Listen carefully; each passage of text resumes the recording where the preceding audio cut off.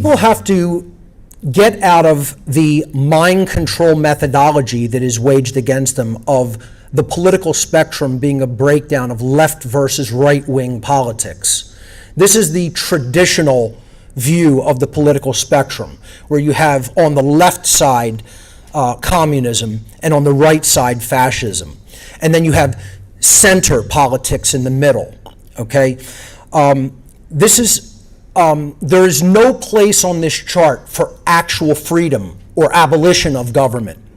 There is no place on this chart where the actual coercion and violence exercised over human beings to keep them under government control is absent. So it's all a form of slavery. It's all control over people, whether it's left-wing control or right-wing control. Okay?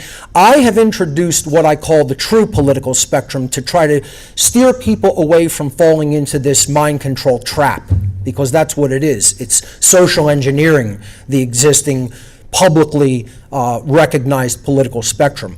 Here's a far more accurate, what I call the true political spectrum, and I put even politics in quotes, in double quotes, because it's really not a spectrum of politics. This is a spectrum of human consciousness, by which there is only one razor's edge, a needle point where there's true freedom, in the middle at the top of the chart. And I know it may be a little bit small to read here in the audience, people can study it later in the slides, but basically this axis at the bottom represents control of human beings, and the axis on the left-hand side represents consciousness of human beings. So as consciousness is low, control goes to total. And as consciousness is raised higher and higher, control is less and less and less. The only place where control is absent is in the middle at that 0 point, right at the very top of the mountain peak, or that needle point at the top. Okay? A very difficult place to go to and maintain that position. Most people slide down those slippery slopes very quickly. Okay, so you could see on the left, all the way to the far left, total control or slavery of human beings. You have communism or international socialism. Just to the right of that is democratic, incremental socialism. That's where this country is right now. We're sliding down the slope toward total control. But we're at that point where we are trying to institute democratic, incremental socialism. We're going to talk about that as an ideology later.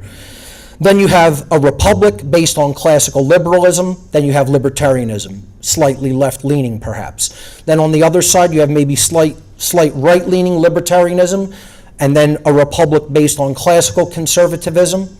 Then corporate incremental socialism, which is what Nazism basically was, and the fascism under Mussolini in Italy.